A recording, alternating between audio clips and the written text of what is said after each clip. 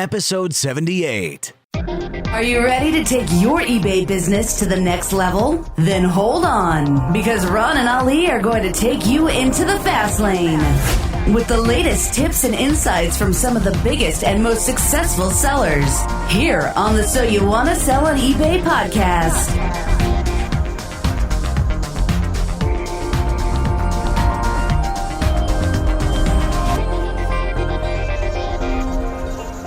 Welcome once again to another episode of So You Want to Sell on eBay. I'm Ron LeBeau. And I'm Ali Young. Hi, everyone. From Rhode Island today, we have David McConaghy. David, how you doing, sir?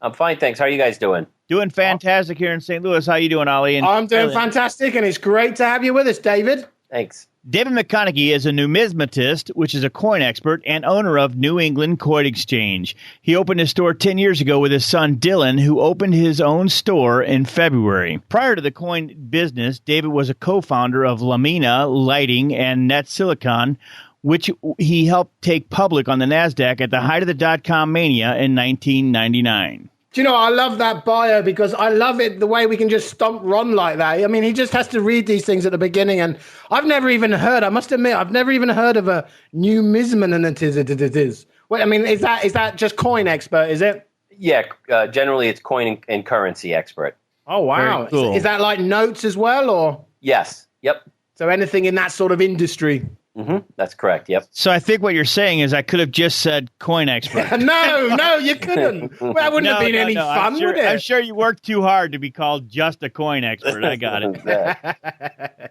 Very cool. I use the title that often, so. Exactly. All right. Well, yeah, stump me. That's great. Hey, welcome, man. We're really glad to have you on here. We appreciate your time today. It's kind of cool. There's a lot of things that Ali and I can, talk to you about. We're looking forward to this. The first thing I'd like to bring up is how cool I think it is that you're working with your son. How old is your son, Dylan? My son is 20. I actually have 4 kids, and all 4 of them are involved in the business. Dylan has his own store, and the other 3 kids, 2 other boys and my daughter, work with me in my store. I love it, man. That is the exact plan that I want for my kids. I want my kids to be entrepreneurs, not employees, right? Because I firmly believe in the saying that I'm sure everybody's heard that goes something like, you can work for me and help me build my dreams, or you can create your own business and create your own dreams, So that's pretty much what it's about, and that is a really cool way to start the show. I appreciate you doing that, and it's just kind of a neat concept. Yeah, I've always enjoyed working for myself. I spent a lot of time in corporate America making a lot of other folks rich, and I decided it was time to do it myself. It's not fair. It's not fair. I'm making you rich. And that's the great thing about eBay, isn't it? You've got that sort of lead into the entrepreneurism, and you can do what you want. That's right. Absolutely. Now we're looking, this is what I love about, this is why we're really excited to have you on, because you're doing a product. I don't think we've actually had anyone on the show that does this. You're doing like old, is it antiques or vintage? What do you call these, old coins? We call them collectible coins or numismatic coins, which are different from, say, bullion coins that are based on just the precious metal value. The coins that we sell, collectors buy because of their rarity and their condition. Very cool. So I'm just wondering, if I bring a coin into your store or hand you a coin, do you have to pretty much kind of research it, or are you pretty good at, and I guess that's kind of a tough question to answer maybe, but and it depends on the coin. But I mean, for the most part, are you able to kind of look at that coin and say, yeah, it's worth something, or maybe it's not? A lot of coins, the common ones, we can identify and value just from our experience. However, the same tool that we use to sell them, eBay, is what we use to value them. We'll look up similar coins that have already sold and compare the condition until we get to a coin that's very similar to the one that we've got, and we generally pay 70 to 80% of what we're going to net off of eBay. We're very transparent like that to our customers because sometimes we don't buy them, we just consign them, and so our customers are going to see the final value either way. Yeah, that's a good way of doing it, David. And I really believe that, transparency is kind of a neat way of being anyhow, right? I mean, especially, since I'm handing you a coin and I go to eBay and see what you're charging for it. So, that's a good way of, for you to get other listings, right? You're using people's coins for consignment, and for the customer who doesn't want to mess with eBay. Right. And we've built up quite a following. You can see from our store, we've got over 16,000 feedbacks. We've probably done 100,000 auctions because we've got a few other accounts. And we find that even when our customers try to sell the same coin, they don't generally get quite as much as we do because of the following we've built up over time. It's amazing. I mean, it's fantastic. I mean, is there like a local thrift coin shop down in Rhode Island? I mean, where do you get this? You got like a secret stash on the streets? Well, we actually own two brick and mortar stores. We're one of the largest buyers of coins in all of New England. So we run a very active store. We see 50 to 100 customers a day in each store. And we're open 6 days a week. So eBay is part of our business, but we also sell and buy quite a bit through our store. That's amazing. I mean, I would imagine, if you're seeing 100 people in through your doors every single day at two different locations, you are the authority in coins in your area. Yeah. Yeah, we're definitely the largest store. I'm the only trained numismatist in Rhode Island. Which means I've put a lot of time, years in fact, into becoming formally certified. My son's gone through the same process with coins as well as with diamonds. He's a gemologist who graduated from the GIA. And most of the coin stores are one guy behind a small counter of coins. And we decided to make it a little bit bigger since I need to provide for four people's futures. Exactly. All right, now, David, your sons are probably and I guess is it sons and daughters, or is it just all sons? Three boys and a girl. All right, so I'm sure your kids are going to listen to this, and I just want to ask you, how proud are you of what they've been able to contribute to this business? Oh, it's amazing. I mean, in the beginning, it was just novel to have all the kids in one place working together. And then as time developed and you see the skills that they've cultivated by learning on their own and by working with customers, it gives me a lot of pride, especially with my son Dylan running his own store and running that part-time with his girlfriend. She helps out as well. And to listen to them talk to the customers and hearing myself, I realized that experience was really the best teacher. I didn't do a lot of sit-down formal training with them, but they were there on house calls. We've bought over 5,000 coin collections, and they've been there as we've researched them, as they've gone off at auction. My kids are the ones that do the majority of the listings on eBay. My two boys do about 50 listings a night. Tonight we put up 100. And my son Dylan at his store, he does about 25 a night. And so it's a full-fledged business, and it gives me a tremendous amount of pride to see how far they've progressed.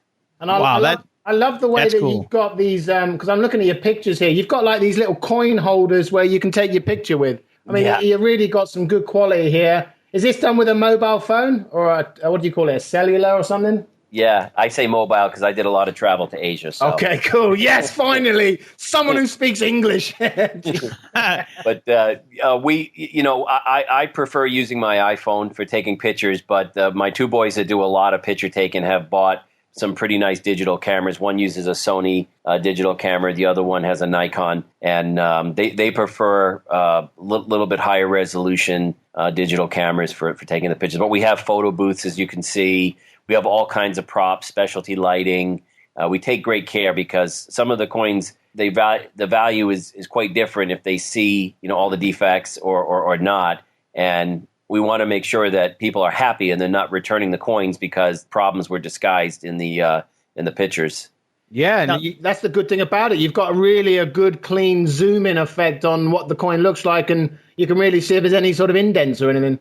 That's correct. Yep. Brilliant. I'm seeing everything from coins to stamps to watch movement grades and pocket watches and things. I mean, you really kind of cover the whole gamut here as far as all this stuff goes. It looks like you've really spent a lot of time building this. Yeah, we buy a lot of estates. So typically we get what's known as in the industry as smalls or compact valuables. So jewelry, watches, pocket watches, pens, coins of all types, as well as some other unique, little collectibles. We had a pair of Tiffany opera binoculars that sold this week. We get a lot of military medals, and we sell on eBay the ones that are appropriate to sell on eBay. And we get sometimes some bayonets and swords, and we sell those. Nice, that must be fun. Yeah. It sure is. Around the shop, doing like Darth Vader. Do you get any fakes? Do you ever find like there's a stash of fake coins out there, or are they all real pretty much? No, there's a tremendous amount of counterfeits. We actually give classes in our store to customers who want to learn about counterfeits. eBay's done a really good job at keeping a lot of the counterfeits, off the market, and a few get in occasionally. And I work with eBay to submit, concerns when I see them, and they're pretty good about removing them. But generally, common sense applies. If a $5,000 coin is up for $50 and, it's from a part of the world that you wouldn't want a vacation in, then chances are it's chances are it's real. Yes. Yeah, exactly. No, it looks like, your store is like it's really well done. And it looks like, obviously with 100% feedback, I know the answer to this question, but I'm going to ask you, what do you do to make sure that you get 100% feedback? Because obviously you realize the value there. Well, we start out by doing as good a job as we think is possible to describe the item and to photograph it. The only direction that I give to the kids about describing an item is, imagine the person who's going to buy the item is a friend of yours, and they've walked in, picked up the item, and say, "What is this?" How would you answer them? And if you type like that, then chances are the person at the other end is going to understand exactly what they're bidding on. And the next step is, once somebody's paid, is to ship the item. We ship everything the next day as soon as they've been paid for. And our policy, if somebody doesn't want it, is pretty open-ended. We don't really care too much why they're not happy with it. We'll listen to them, but we're going to let them take it back anyways. So, but we want to know if there's a problem, like if we didn't describe it correctly or if it arrived broken, because that's happened on some items, and we've become really good at packaging and shipping things. Yeah. It's amazing. So I'm looking at like this 1832 capped bust silver $50 coin, and I'm thinking to myself, what if that gets lost? Do you insure everything that you ship? We do. We track everything. Every single shipment is tracked. Then we insure pretty much everything. Some of it through the post office, and higher value items we insure using a third party. Because the insurance is a lot less expensive than going through the post office. Because we have sold items on eBay up to $25,000, $30,000. So those items. Wow. That's amazing. I was going to ask you that. I was going to ask you, what is the oldest or the most expensive coin you sold? But $25,000 is for one coin. I think the highest was around at least 25,000. There may have been one around 30,000. And we regularly sell coins that are from the ancient Greek period, so that would be 350, 400 BC. Yeah. I will remind you again that your kids will be listening to this episode. So all these values that they're hearing, they might may not have been aware of all these. Dad, you told us $10, Dad. That's right. So well, they get paid a percentage on what the items sell for, so they see exactly what they sell for. Yeah. That's awesome. That's awesome. I love that whole family concept. It's really kind of cool. Ron and Ali will be right back after this short break.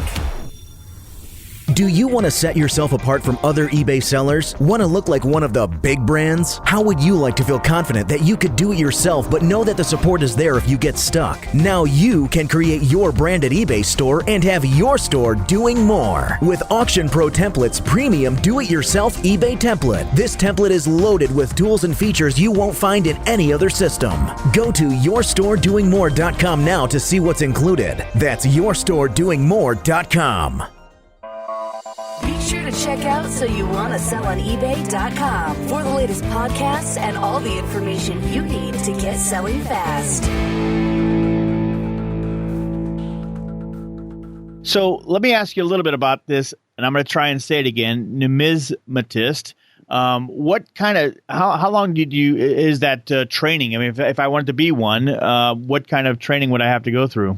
So the American Numismatic Association, which is shortened as the ANA, is the governing body of pretty much anything related to the coin collecting hobby, and this includes grading standards and formal education. The course that they provide is, I think it's 5 or 6 sub-courses. So you have courses in grading, counterfeit detection, minting process. Those courses individually, if you went through them quickly, take about a month or 2 months. It's all done as like a correspondence school. And you test each one of those, take a test on each one of those, and then if you pass, you can continue on. The final exam is a proctored exam. You have about 5 hours to take it, and it's comprehensive across every other test you've taken. Oh, my goodness, man. It's so many big words. Ali, I think I'm just going to hand David my coins and let him come. Yeah, exactly. Yeah, it was quite a difficult test. My formal degree is in electrical engineering, and I can assure you that test was as hard as anything I took at university. So I'm sure. I'm Yeah. sure it is. And I mean, I can recognize a wheatback penny, and I've got about 100 of them, probably worth what, $1? 3 cents a piece, $3. Oh, wow! Hey, There you go. Straight off. So do you get like an ID like the FBI? You walk into a shop and you flip this ID to say that you're a new numismatist. They give you a really fancy certificate that's on the wall of my store. But Cool. yeah. But I mean, the training and your experience really speaks for itself. Generally speaking, even customers that don't know a lot about coins, within a few minutes of dealing with a coin dealer, they'll know whether or not you're aware of the details of the coins that they have. And Yeah. the schooling can be done in probably as quickly as a year if you hurried through it. But leading up to it, there's a lot of information that they assume that you already have. So I would say that if you've been a collector seriously for 4 or 5 years, you can probably take the course. You might take a year or two to get through it. But because we see so many different coins every single day, we get to practice our grading skills and identification skills. So it's probably a lot easier for me and my son than it would have been for most other folks coming into it. so wow, that's pretty cool. So let me ask you this: has Dylan ever showed you something that you were not aware of? Unfortunately, almost every day. Kudos, Dylan. I Yes. love it, man. Go That's on. awesome. Yeah, Dylan started really young. He started working with me on house calls, and when I was still running the business out of the home back when he was 12 years old. So he's 20, which is a young age, but he's already got 8 years experience. So he's passed most of the dealers in the area on knowledge of coins, and his brothers aren't far behind. His brother David and Brad have been doing it almost as long, not quite as serious as Dylan, but they've been at it for years. Well, that's pretty amazing. I mean, seriously, like you said, he's 20 years old, and and Dylan, not with no disrespect, you're a child still. I mean, you're 20 years old, right? And that is amazing. I mean, it's I can't wait to see where this is going to be in about 5 or 10 years. When everybody's up to speed and you guys are just blowing it out of the water. Yeah, You're already doing that, right? I mean, Yeah. seriously. Yeah, it's pretty exciting because I think the other boys will probably venture out slightly differently. Dylan's store has got a little bit more focus on jewelry, and at some point, David and Brad, may opt to go into their own store as well, and choose something that's not exactly, because we handle a lot of artwork, we do some antiques, and we do some musical instruments as well, rare musical instruments. So who knows? They can go in any direction that they want. Yeah, and that's the great thing about it all, isn't it? We actually had now I got someone like you on here, Dave, because you're very knowledgeable with all this stuff. We actually had a question from a guy called Jeff in New York last week, and he was saying he started up a new eBay store, but he gets so confused. He doesn't generate enough sales and stuff like that. So with someone like yourself, back in the good old days, back when you started eBay, what sort of kept you going? What sort of did you put loads of products on the first time? What kept you staying on eBay, really, is the sort of question. I consider myself, one of the early pioneers of the internet. My first startup was a company that connected printers to to other computers. So, in the very early days of the internet back in 1995. And so I always understood and appreciated the power of the internet and reaching a lot of people. So I never became frustrated because I think I observed some basic rules. Like, I think a lot of new folks to eBay, they don't have opportunities to buy at a wholesale level. So they're normally buying at retail, sometimes from eBay, and then turning around and trying to sell back through eBay, which, business Right. 101, that just doesn't work. So your products have to be priced competitively, and you have to take very seriously the way that you're perceived by people on eBay. And that just doesn't mean feedback. It means proper spelling and punctuation, that your descriptions are accurate and you're using the proper industry vernaculars. You're using words that people in that market understand. And you have to make sure that if questions come in, you're following up with them as quickly as possible, politely and accurately. And if you treat it like a real business and you treat your customers with respect and, operate, with a lot of common sense, you will be successful. Sometimes we tell our customers, you may not know the value and you may not agree with the value when we sell it on eBay or when we look it up on eBay, but you can't deny it. It's like the weight of something on a scale. You might not like the answer, but that's exactly. And sometimes customers bring us an item and they bought it on eBay and they tell us they want us to sell it because they know we can sometimes get a little more. But we tell them, look, this item has had a chance for the world to see it. And out of the whole world, you were the one that paid the most. So, now you want me to resell it. We have to find somebody who wants it more than you. And we may not That is awesome. Yeah. A lot of great advice here, David. I appreciate that, man. And, you brought something up. I mean, Ali and I are web designers too, and we do custom eBay stores as well. And one of the things that drives me absolutely crazy is when I see a word misspelled or some kind of, and it's not that I look at the listing and say, well, these people aren't very educated. I just look at the listing and I forget about what I'm looking at as far as buying it. It just drives me crazy that they misspelled a word. I don't know. It's probably, but yeah, you need to pay attention to those little bitty things. They all matter. Every one of them matter. Yeah, it does. And we all make mistakes. I've made mistakes and I found that a lot of times, especially in the coin collecting community, that, when people point out something about your listing, I know a lot of people doing eBay, the hardest thing they find is dealing with complaints or concerns or questions, and they're hypersensitive to people thinking they're trying to get one over on them. But if you just sit back and just realize this is just a person looking to buy something they're interested in as much as you are, and answer them accurately and clearly, then even if you've made a mistake, you can overcome it quickly. Yep. Yeah, definitely. And what about organizations? I mean, I imagine you've just got coins everywhere. How do you know where this coin is once it's sold? You got it all like coded and stuff?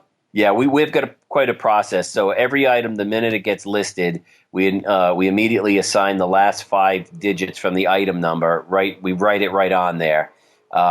So we bag them, put them in flips or holders, whatever is necessary. And then in the store, we have a series of sort of like shelves with little boxes and racks. And for example, there's one today that, it says Wednesday, and everything that listed on Wednesday is in there. So that next Thursday, when we go to ship it, because we do 7-day listings, we'll know that these were the items that sold last night. Wow. That's clever. Yeah. And so every morning we go in and right now my daughter Che, she prints out all the items that need to ship. We typically have about 30 to 50 shipments a day because a lot of our customers buy more than one item because we offer discounted shipping on multiple items. And so she'll pick all the items, and then Dylan actually comes into our store in the morning. He still handles the shipping before he goes off to his store because a lot of the items that he'll ship were items that he listed, from his physical store, but on our eBay store. Mm-hmm. Wow. Yeah. Very cool, man. It sounds like you guys got it down to an art, really. It does. We do. Yeah. We do. We've got other dealers in the area that we always try to educate and show how to ship. We have, we ship through the eBay system. We print with a label printer, and, people are amazed that we can ship about 30 packages an hour. So it's pretty quick. And that's a lot. That's a hell of a lot. I mean, I also noticed that you're not doing free shipping. You're doing a price shipping. Is that worked out better for you, or? Oh yeah, that works out. It works out really well. We do. It's almost always a flat rate of about $3 an item, and then 50 cents for additional items. And we don't put it in the listings, but more times than not, if everything goes into a flat rate box, then we normally will cap it at some point, and that's usually a pleasant surprise for the buyer. So, yeah. And then, like I said, we insure it through the post office, but a lot of it through other third-party insurers. Well, very cool. Well, let's shift gears just for a minute here, David, and just talk to the listener who is just starting an eBay business, or maybe they're struggling, right? Mm-hmm. I know we've talked a little bit about systems, right? And I know you kind of realize that is so important. But if there's someone out there listening, or maybe they're either thinking about starting an eBay business or they're struggling with it, what kind of advice would you give them as far as, we all know that if you stick with it, you can make it work, right? But to the person out there that's struggling right now, what would you say to them about selling on eBay and maybe getting through a tough time? I would say the majority of the tough times are when things aren't selling, or they're not selling for what you hope they would sell for, and those are the problems that seem to, for most people, to feel out of their control, because what you sell and what you ask for and things like that, you have a lot of control over. So what I would say is, if you're finding that that's happening, be honest with yourself and do a lot of research as if you were the buyer, and log out of your account, go into another account if possible, so you get a different view, and look into the items that you're selling and view them as a potential buyer would see them, and look at it from a presentation standpoint, accuracy of the description, and more importantly, how do you sit competitively in terms of price? And if you've discovered that you paid more than things are selling for, don't torture yourself trying to get more than they're worth. Let it go and sell it for whatever it takes for you to try again. And if you become too attached to having to make a profit on everything you sell, we call it eBay Zen. 99% of what we sell, we start at 99 cents.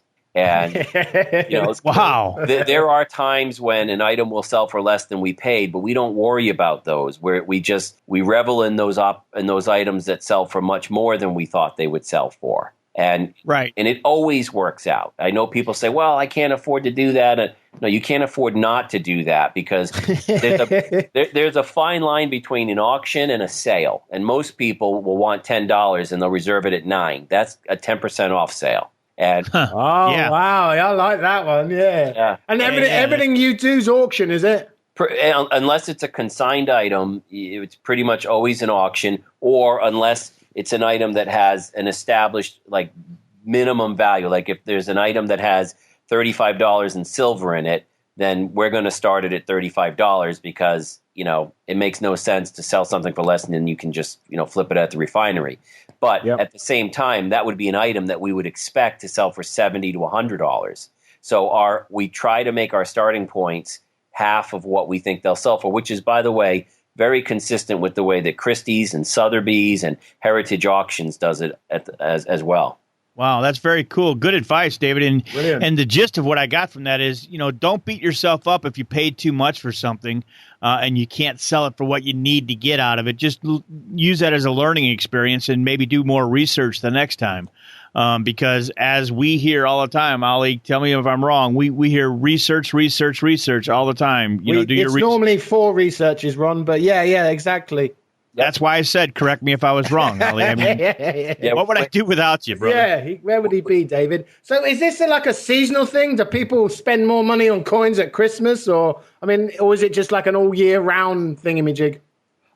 There's a boost at Christmas, and that's usually from people that are buying for coin collectors. So the wife or the mother or the son of a coin collector will buy stuff from us during November and December. And so we actually will put up items that are more novelty or general. Like at that time, we'll put up maybe a lot of coin paperweights. So it's not, because we know that when you're not a coin person, if you go to buy a coin, you're immediately afraid that either you're going to buy something they already have, or you're going to buy something that, they don't like. So if somebody can buy a 4-inch penny that can be used as a coaster, the coin collector is going to love it.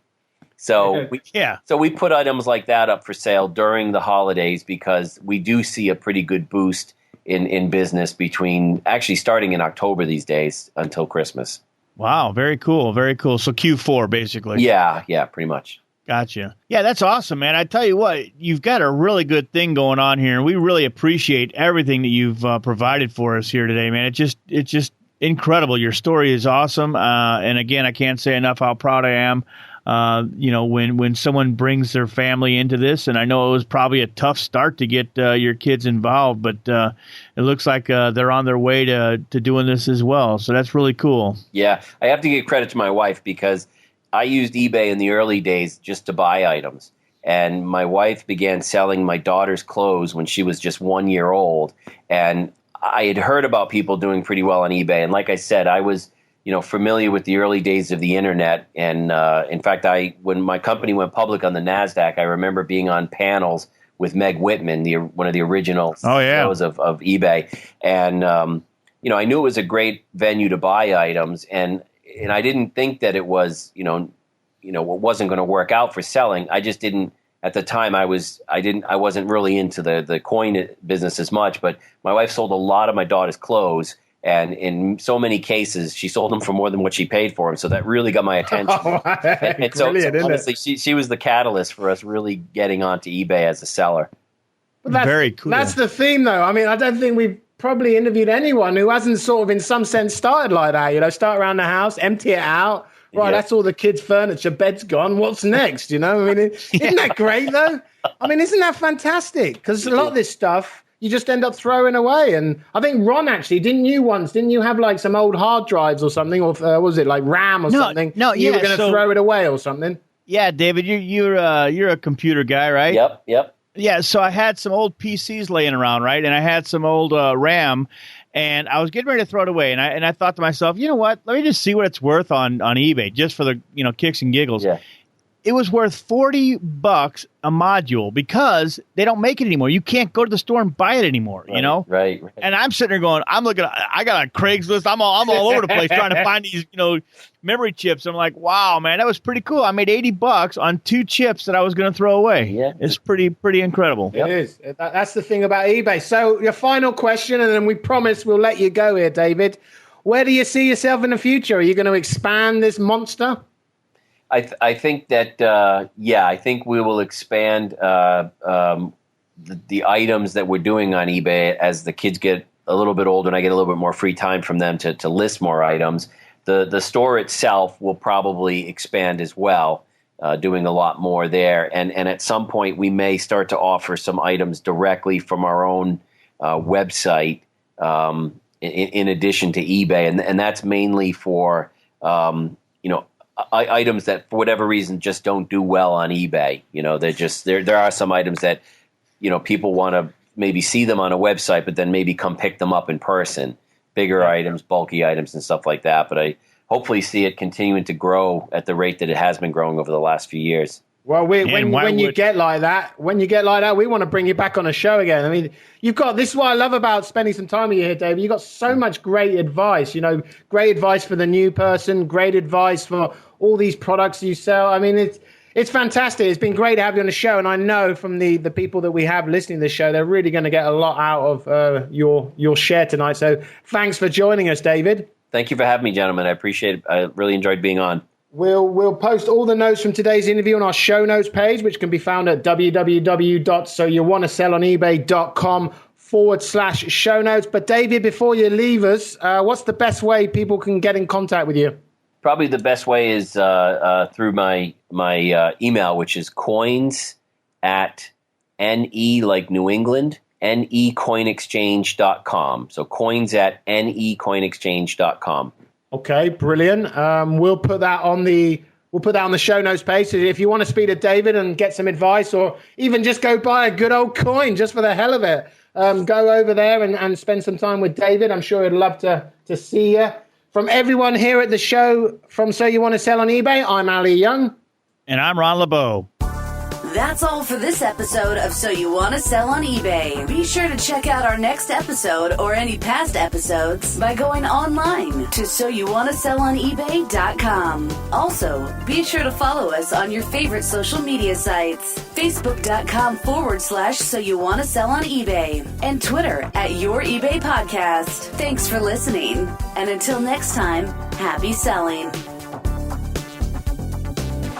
Have an idea for a topic or know someone who would like to be on the show? Let us know. Just go to www.soyouwantasellonebay.com/interview. We look forward to hearing from you. This podcast was produced in part by Pro Voice Works.